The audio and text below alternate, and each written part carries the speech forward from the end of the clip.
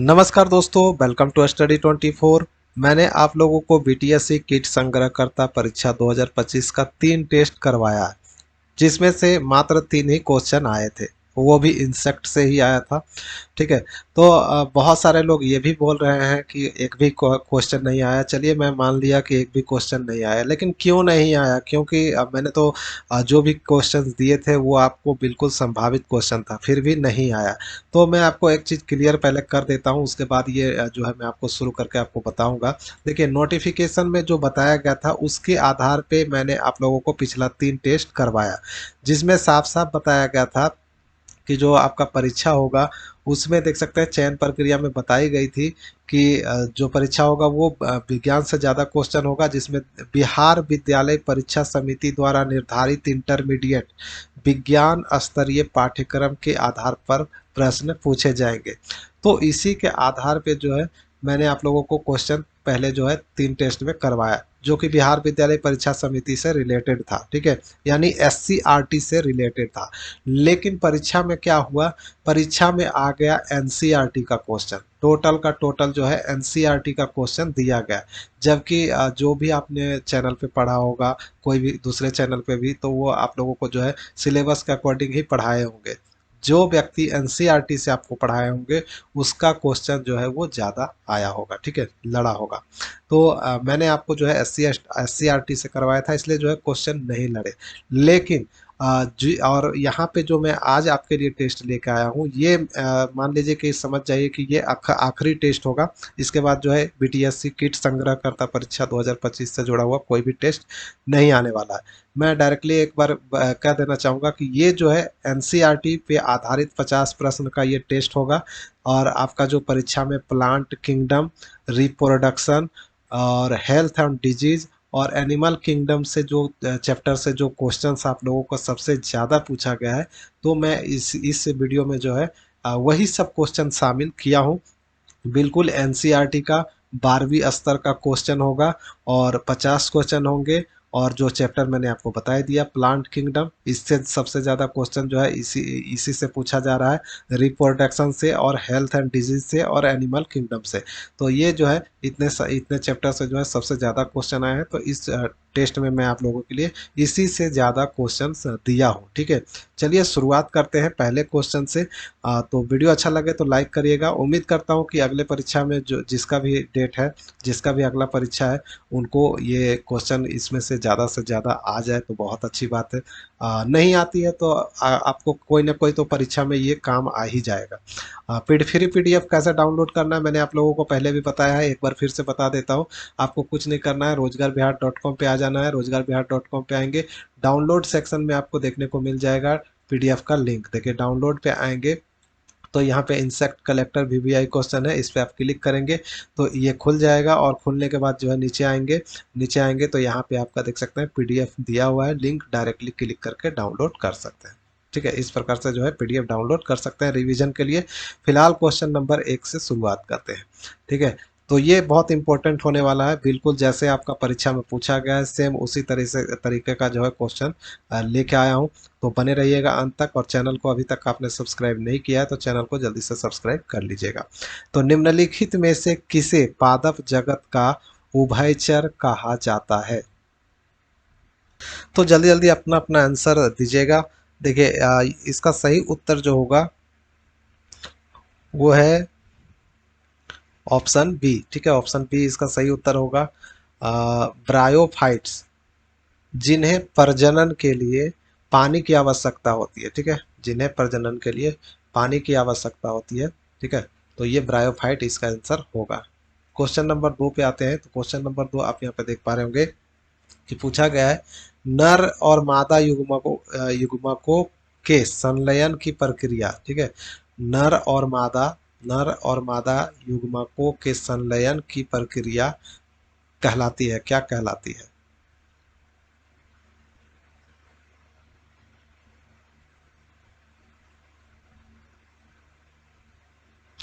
तो इसका सही आंसर होगा ऑप्शन बी, निषेचन। ठीक है, निषेचन। निषेचन नर और मादा युग्मकों के संलयन से युग्मनज यानी जाइगोट का निर्माण होता है। संयुग्मन निषेचन का दूसरा नाम है। ठीक है, अब नेक्स्ट क्वेश्चन पे आते हैं। तो नेक्स्ट क्वेश्चन जो है तीसरा क्वेश्चन है, तो निम्नलिखित में से कौन सा रोग वायरस के कारण होता है? निम्नलिखित में से कौन सा रोग वायरस के कारण होता है? देखिए ये क्वेश्चन पिछले टेस्ट में भी आया था, तो इसका सही आंसर मैं बता देता हूँ। ऑप्शन जो है सी इसका सही आंसर होगा, सामान्य सर्दी। ठीक है, राइनो वायरस, राइनो वायरस जैसे वायरस के कारण ये होता है, जिसमें तापेदिक जीवाणु जनित, जिसमें जो है तापेदिक जो है ये जीवाणु जनित है, और ये मलेरिया जो है आपका परजीवी के कारण होता है। ठीक है, और टाइफाइड भी जो है आपका जीवाणु जनित है। बाकी जो सामान्य सर्दी होती है वो राइनो वायरस के कारण होता है, इसलिए ये जो वायरस जनित रोग है। तो अब आते हैं क्वेश्चन नंबर 4 पे। क्वेश्चन नंबर 4 जो है, पशु जगत का सबसे बड़ा संघ है कौन सा?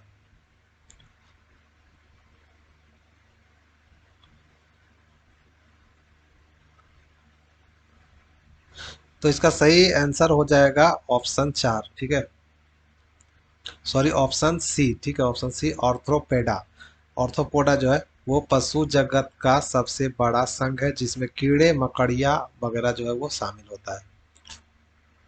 अब नेक्स्ट पे आते हैं क्वेश्चन नंबर 5 पे। तो निम्नलिखित में से किस पादप समूह में पहली बार संवहनी उत्तक, जाइलम और फ्लोएम पाए जाते हैं? ठीक है,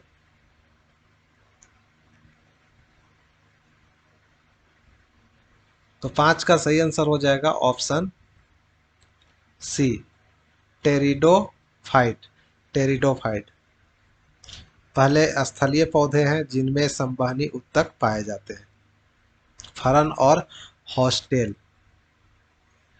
नेक्स्ट क्वेश्चन है, यहाँ पे आप देख पा रहे होंगे क्वेश्चन नंबर 6, जिसमें पूछा गया है कि पराग कणों का परागकोश से उसी प्रजाति के एक ही या दूसरे फल के वर्तिकृत वर्तिकाग्र तक स्थानांतरण कहलाता है। पराग कणों का परागकोश से उसी प्रजाति के एक ही या दूसरे फूल के वर्तिकाग्र तथा स्थानांतरण क्या कहलाता है?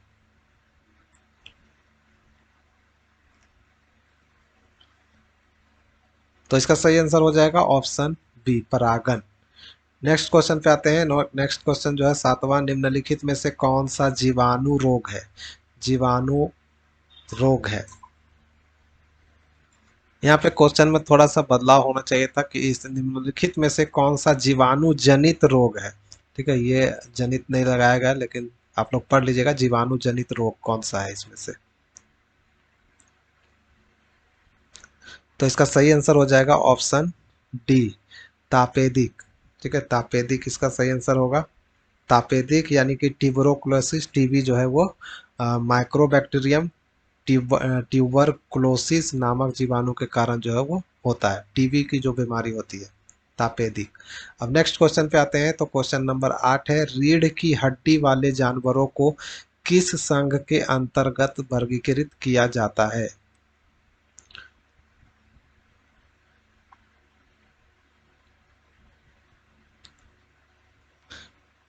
तो इसका सही आंसर हो जाएगा ऑप्शन सी, कॉर्डेटा। रीढ़ की हड्डी, ठीक है, केसरूक स्तंभ वाले जानवर को संघ कॉर्डेटा के अंतर्गत जो है वो रखा जाता है। अब नेक्स्ट क्वेश्चन पे आते हैं। तो नेक्स्ट क्वेश्चन है आपका 9 नंबर, निम्न पौधों में मुख्य प्रकाश संश्लेषक वर्णक कौन सा है? पौधों में मुख्य प्रकाश संश्लेषक वर्णक कौन सा है? फोटोसिंथेटिक से भी क्वेश्चन जो है पहले दिन आया था। सेकंड शिफ्ट में आया कि नहीं मुझे जानकारी नहीं, लेकिन फर्स्ट शिफ्ट में आया था फोटोसिंथेटिक से क्वेश्चन। तो इसका आप लोग जल्दी से आंसर दे दीजिएगा। जी हाँ, इसका सही आंसर हो जाएगा ऑप्शन सी, क्लोरोफिल ए और बी। ठीक है, क्लोरोफिल ए और बी मुख्य वर्णक है जो पौधों में प्रकाश संश्लेषण के लिए प्रकाश ऊर्जा को अवशोषित करता है। ठीक है, अब नेक्स्ट क्वेश्चन पे आते हैं। नेक्स्ट क्वेश्चन जो है आपका 10वां नंबर है, फूल का वह भाग जो फल में विकसित होता है वह कौन सा है? फूल का वह भाग जो फल के रूप में विकसित होता है, कौन सा भाग है?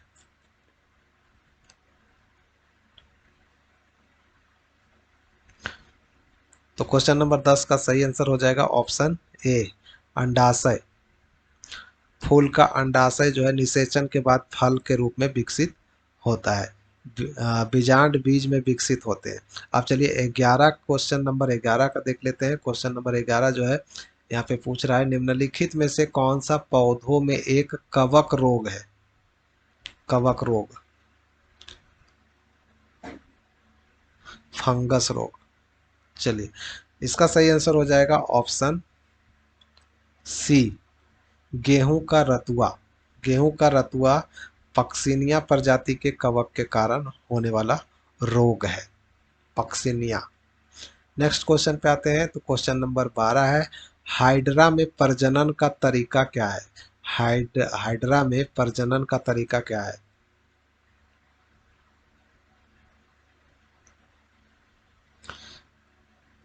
तो इसका सही आंसर हो जाएगा ऑप्शन बी, मुकुलन।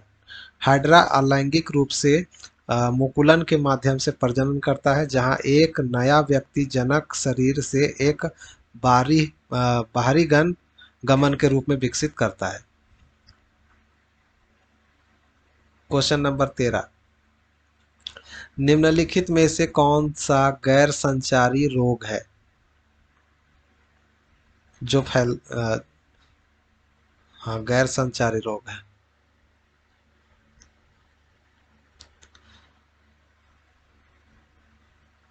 जो फैलता नहीं है। ठीक है, गैर संचारी मतलब जो फैलता नहीं है, एक से दूसरे लोग में नहीं जाता है फैलकर। जैसे कोरोना है, एक से दूसरे व्यक्ति में चला जाता है, तो वो संचारी रोग है। और गैर संचारी जो है जो ना फैलता हो। तो इसमें से कौन सा रोग होगा? तो इसमें से सही आंसर हो जाएगा ऑप्शन सी, कैंसर। ठीक है, अब आते हैं क्वेश्चन नंबर 14 पे। क्वेश्चन नंबर 14 है, निम्नलिखित में से कौन सा जानवर फाइलम पेरीफेरा से संबंधित है? फाइलम पेरीफेरा से संबंधित कौन सा जानवर है? यहाँ पे जानवर का उपयोग किया गया है, लेकिन इसमें कीट कह सकते थे, इंसेक्ट भी कह सकते थे इसको। तो 14 का सही आंसर हो जाएगा option B, sponge. Sponge phylum Porifera से संबंधित है। अब नेक्स्ट क्वेश्चन पे आते हैं 15, दोहरा निषेचन किसकी एक विशिष्ट विशेषता है? दोहरा निषेचन किसकी एक विशिष्ट विशेषता है?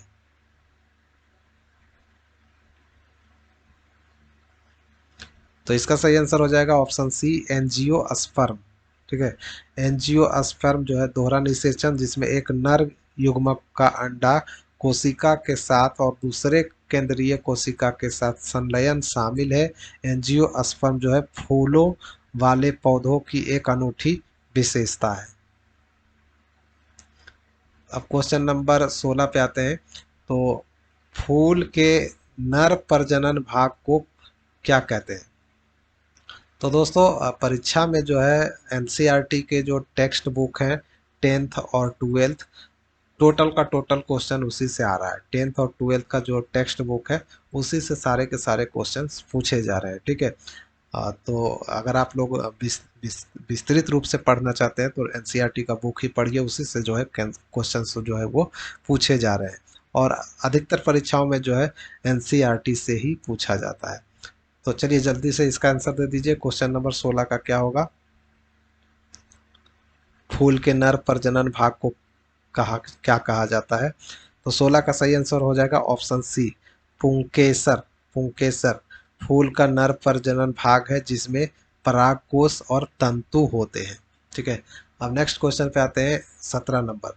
तो एड्स किस वायरस के कारण होता है? एड्स बीमारी जो है किस वायरस के कारण होता है?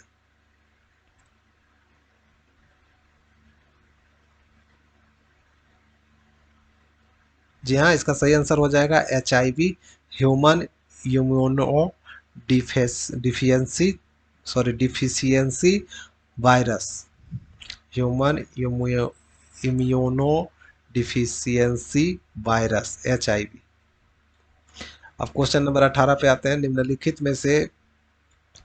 निम्नलिखित में से कौन सा जानवर रेडियल समरूपता प्रदर्शित करता है?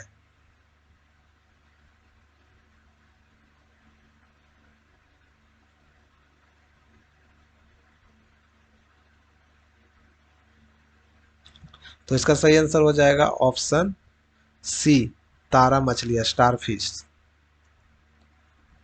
स्टार फिश में जो है दोस्तों, उसका जो जहाँ शरीर के अंग का एक केंद्रीय अक्ष के चारों ओर व्यवस्थित होता है, उसका जो अंदर का अंदरूनी भाग होता है वो चारों ओर केंद्रीय अक्ष के चारों ओर जो है व्यवस्थित होता है। ठीक है, रेडियल समरूपता प्रदर्शित करता है। क्वेश्चन नंबर 19 पे आते हैं।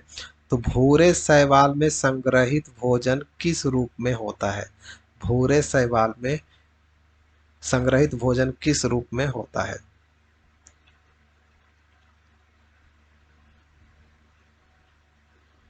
तो इसका सही आंसर हो जाएगा ऑप्शन सी, लेमिनारिन और मैनिटोल। अब नेक्स्ट पे आते हैं क्वेश्चन नंबर 20 पे। तो 20 जो है, वनस्पति भाग जैसे जड़, तना या पत्ती से एक पौधे के विकास की प्रक्रिया क्या कहलाती है? तो क्वेश्चन नंबर 20 का सही आंसर हो जाएगा ऑप्शन सी, वनस्पतिक प्रसार। वनस्पतिक प्रसार पौधों में अलैंगिक प्रजनन का एक रूप है, जहां एक नया पौधा जनक पौधे के एक टुकड़े या एक विशेष प्रजनन संरचना से बढ़ता है। क्वेश्चन नंबर 21 का आते हैं। तो निम्नलिखित में से किस पादप समूह को संवहनी क्रिप्टोगैम के रूप में भी जाना जाता है? संवहनी क्रिप्टोगैम के रूप में भी जाना जाता है।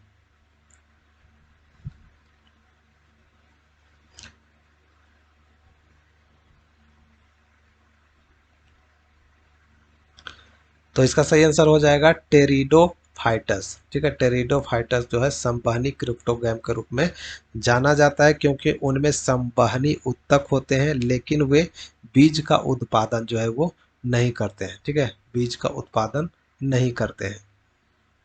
अब क्वेश्चन नंबर 22 पे आते हैं। प्रजनन में शामिल फूल के आवश्यक चक्र क्या है? प्रजनन में शामिल प्रजनन में शामिल फूल के आवश्यक चक्र क्या है?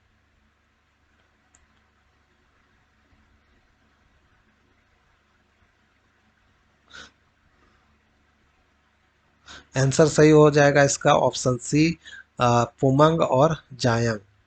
पुमंग और जायंग। अब क्वेश्चन नंबर 23 पे आते हैं। 23 नंबर क्वेश्चन जो है, निम्नलिखित में से कौन सा रोग वेक्टर जनित है? वेक्टर जनित है। निम्नलिखित में से कौन सा रोग वेक्टर जनित है?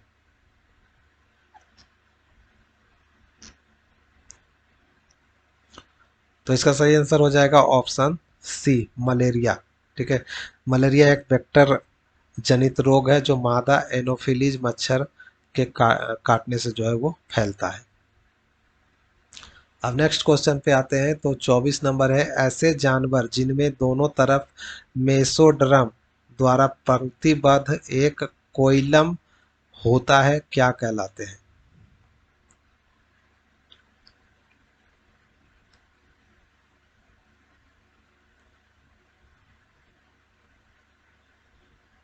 तो इसका सही आंसर हो जाएगा ऑप्शन सी, कोइलोमेटस। ठीक है, कोइलोमेटस। अब आते हैं क्वेश्चन नंबर 25 पे। पौधों में न्यूनीकरण विभाजन, अर्धसूत्री विभाजन की प्रक्रिया आमतौर पर किसमें होती है? न्यूनीकरण विभाजन, अर्धसूत्री विभाजन की प्रक्रिया आमतौर पर किसमें होता है पौधे में? तो 25 का सही आंसर हो जाएगा ऑप्शन सी, फूल में। फूल वाले पौधों में युग्मकों, परागकोश में परागन, परागकण और बीजांड में अंडाणु का उत्पादन करने के लिए फूल में अर्धसूत्री विभाजन होता है। अब क्वेश्चन नंबर 26 पे आते हैं। नर युग्मक का अंडा कोशिका के साथ संलयन करता है। नर युग्मक का अंडा किस कोशिका के साथ संलयन करता है? 26 का सही आंसर हो जाएगा ऑप्शन बी, युग्मन। संग युग्मन एक नर युग्मन का अंडा कोशिका के साथ मिलकर युग्मनज जायकोट जायगोट बनाने की प्रक्रिया को संदर्भित जो है वो करता है। क्वेश्चन नंबर 27 पे आते हैं। निम्नलिखित में से कौन सा विटामिन डी की कमी के कारण होने वाला रोग है? ये तो आपका 10वीं में पढ़े ही होंगे। जहाँ इसका सही आंसर हो जाएगा ऑप्शन बी, रिकेटस, सूखे की बीमारी। क्वेश्चन नंबर 28, निम्नलिखित में से किस जानवर में जल संवहनी प्रणाली होती है? निम्नलिखित में से किस जानवर में जल संवहनी प्रणाली होती है?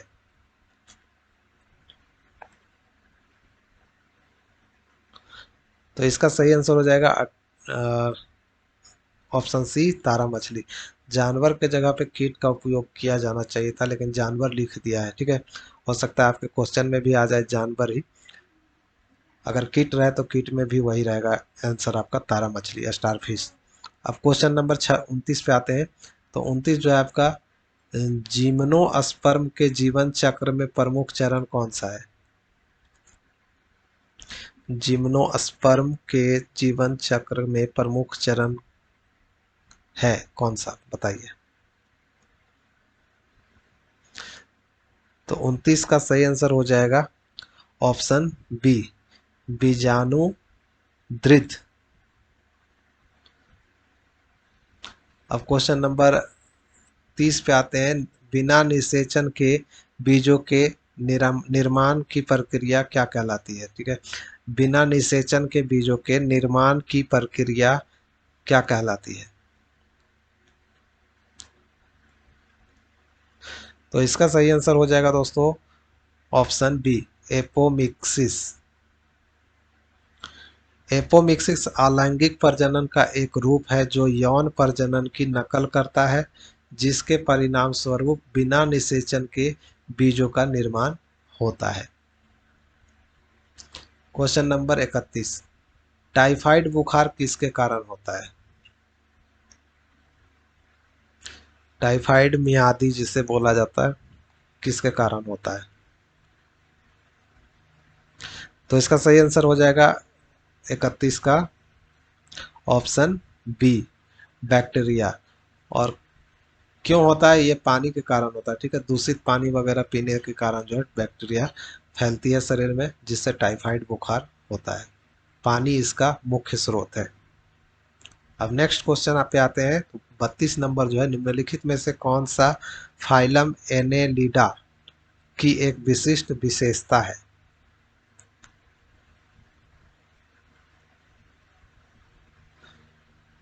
तो 32 नंबर का सही हो जाएगा ऑप्शन सी, मेटामेरिक विभाजन। एनेलिड में मेटामेरिक विभाजन पाया जाता है, जहां शरीर समान खंडों की एक श्रृंखला में विभाजित होता है। ठीक है, अब आते हैं क्वेश्चन नंबर 33 पे। निम्नलिखित में से कौन सी एंजियोस्पर्म की एक विशिष्ट विशेषता है?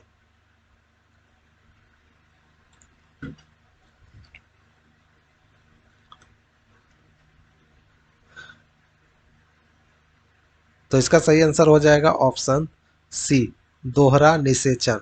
ठीक है, दोहरा निषेचन। निम्नलिखित में से कौन सी एंजियोस्पर्म की एक विशिष्ट विशेषता है? तो दोहरा निषेचन।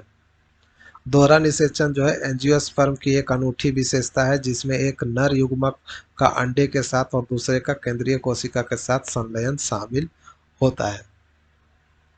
अब आते हैं क्वेश्चन नंबर 34 पे। एक फूल के पराग कोश में उसी प्रजाति के दूसरे पौधे के एक अलग फूल के वर्तिकाग्र तक पराग कणों का स्थानांतरण क्या कहलाता है?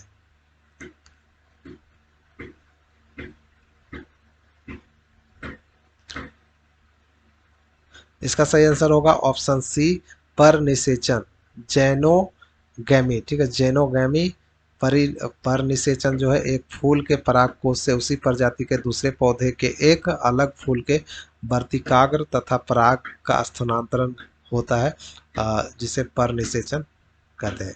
आगे नेक्स्ट क्वेश्चन पे आते हैं। तो नेक्स्ट क्वेश्चन जो है 35 नंबर है। निम्नलिखित में से कौन सा रोग दूषित पानी और भोजन के माध्यम से फैलता है?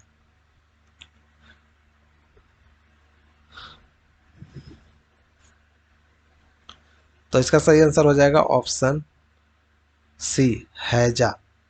हैजा एक तीव्र दस्त की बीमारी है। ठीक है, जो आंत में विब्रियो हैजा बैक्टीरिया के संक्रमण के कारण होती है, जो अक्सर दूषित पानी और दूषित भोजन के माध्यम से फैलता है।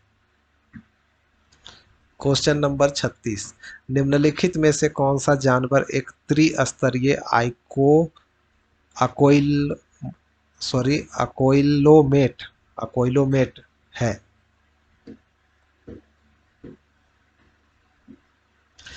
तो 36 का सही आंसर हो जाएगा ऑप्शन बी, चपटा कृमि। चपटे कृमि फाइलम फैल्टी हेलमिथीज त्रिस्तरीय यानी 3 रोगाणु परतों वाला और अकोइलोमेट शरीर गुहा की कमी होते हैं। सॉरी, इसको मुझे पढ़ने में बहुत दिक्कत हो रहा था। ठीक है, आते हैं नेक्स्ट क्वेश्चन पे। तो ये जो है आपका फरन के जीवन चक्र में प्रमुख चरण है। वैसे भी साइंस का जो सब्जेक्ट होता है वो थोड़ा हार्ड होता है, इसीलिए इसमें जो है अंग्रेजी शब्द थोड़ा सिंपल लगता है, हिंदी में पढ़ना थोड़ा बहुत मुश्किल हो जाता है। ठीक है, आगे बढ़ते हैं। तो क्वेश्चन नंबर ये आपका 37 का आप लोग जल्दी से आंसर दे दीजिए। 37 का सही आंसर होगा ऑप्शन बी, बीजाणु धृद। अब आते हैं 38 नंबर क्वेश्चन पे। तो बीजांड किस में विकसित होता है?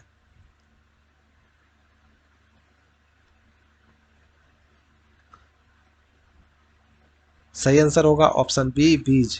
ठीक है, निषेचन के बाद बीजांड परिपक्व होता है और एक बीज में विकसित होता है। बीजांड विकसित किस में विकसित होता है? तो बीज में। अब नेक्स्ट क्वेश्चन पे आते हैं। तो क्वेश्चन नंबर 39 है, निम्नलिखित में से कौन सा संचारी रोग है? देखिए, वहां पे पहले वाला में था असंचारी, गैर संचारी, और इसमें जो है संचारी, यानी ये फैलने वाला रोग। इसमें से कौन सा है फैलने वाला?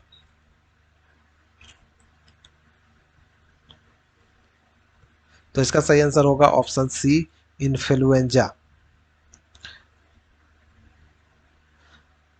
ये एक फ्लू रोग है। ठीक है, आते हैं क्वेश्चन नंबर 40 पे। निम्नलिखित में से कौन सा जानवर वर्ग स्तनधारी से संबंधित है? निम्नलिखित में से कौन सा जानवर वर्ग स्तनधारी से संबंधित है?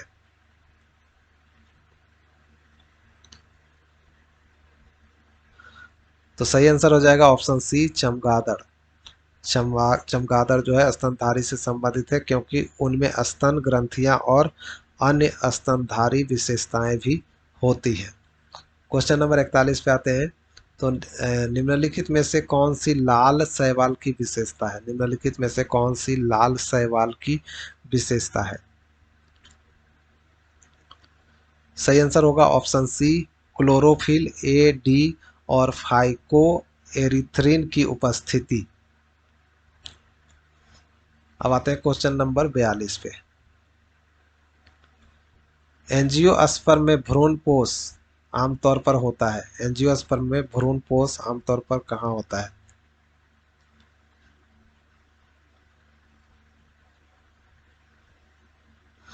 तो 42 का सही आंसर हो जाएगा ऑप्शन सी, त्रिगुणित।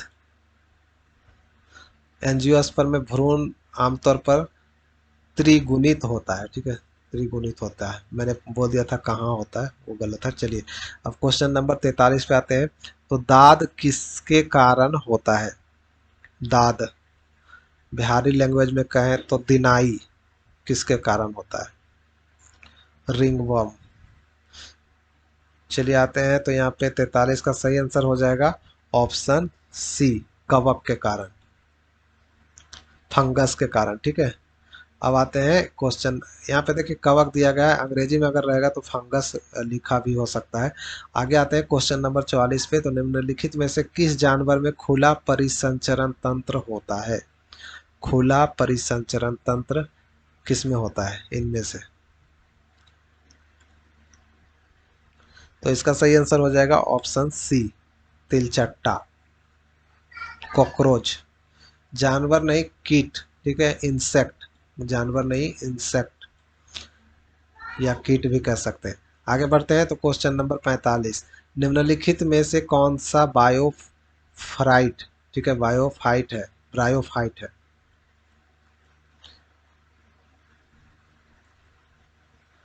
तो इसका सही आंसर हो जाएगा option C, Funaria. Funaria Funaria एक मॉस है जो एक प्रकार का ब्रायोफाइट है। अब क्वेश्चन नंबर 46 पे आते हैं, युग्मकों के निर्माण की प्रक्रिया क्या कहलाती है? तो इसका सही आंसर हो जाएगा ऑप्शन बी, युग्मक जनन। युग्मक जनन शुक्राणु और अंडाणु के निर्माण की प्रक्रिया। आते हैं क्वेश्चन नंबर 47 पे, तो खसरा किस प्रकार के सूक्ष्म जीवी के कारण होता है? खसरा बीमारी जो है किस प्रकार के सूक्ष्म जीव के कारण होता है? तो इसका सही आंसर हो जाएगा ऑप्शन बी, वायरस।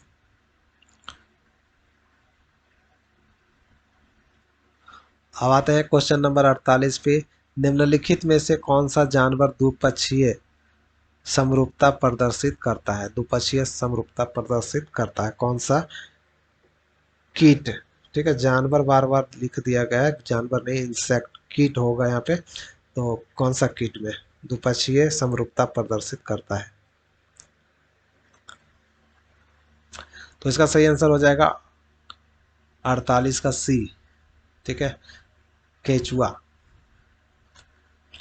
फाइलम एनोलिडा द्विपक्षीय समरूपता प्रदर्शित करते हैं, जिसका अर्थ है कि उनके शरीर को एक ही विमान के साथ दो दर्पण छवि हिस्सों में विभाजित किया जा सकता है। दो भाग में काट भी दिया जाए तो वो दोनों रूप से जो है समान ही दिखेंगे, यानी दो काटने के बाद भी समान ही काम करेगा। तो वो है आपका द्विपक्षीय समरूपता। आते हैं क्वेश्चन नंबर 49 पे, फूल के मादा प्रजनन भाग को क्या कहते हैं?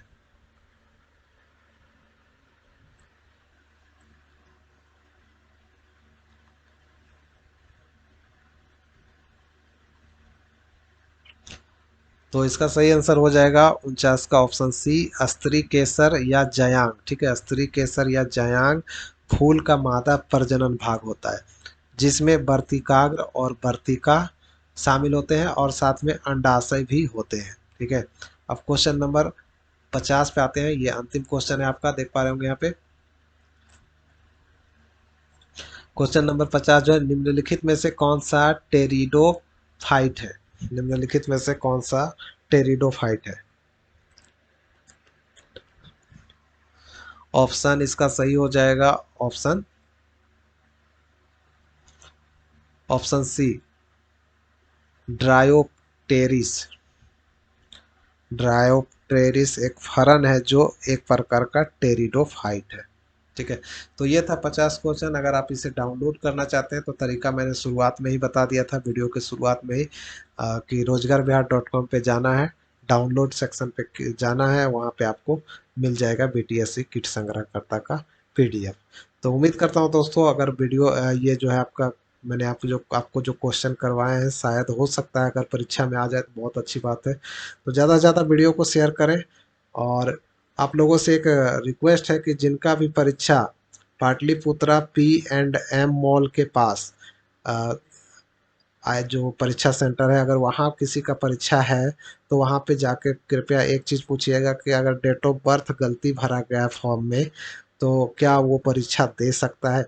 अगर वहाँ से जो जवाब मिलता है वो मुझे ज़रूर कमेंट करिएगा।